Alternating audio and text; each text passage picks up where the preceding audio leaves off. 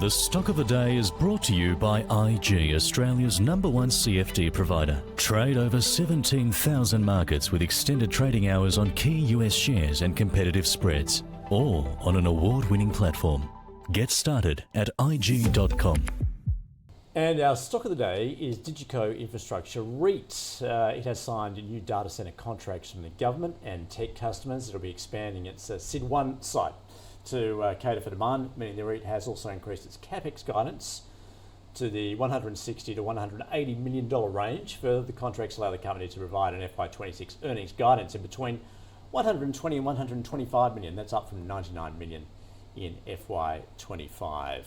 Of course, it only has been listed more or less than a year. Junbei, let's start with you. What are your thoughts, particularly on this latest contract win?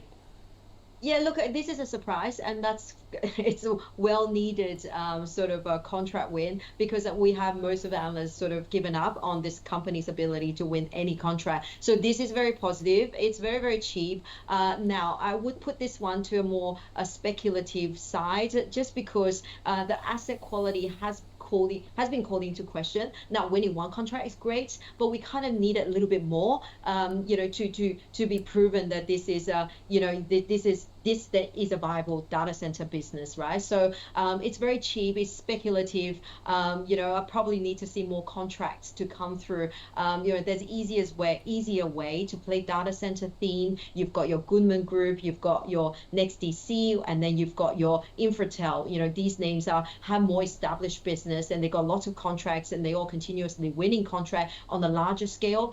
So less speculative when it's to do with DigiCo.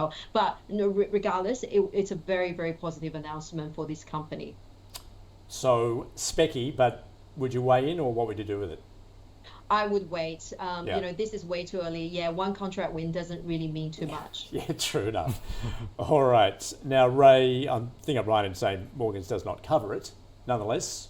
Or do you? We do. Oh, we do have okay. coverage on All right. Okay, let's go for it then. What do you think?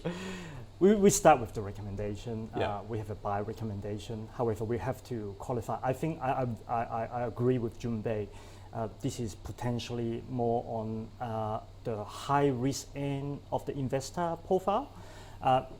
For many years, data center, the way I look at it is you can value data center based on contracted EBITDA. So when you're under contract, that creates value.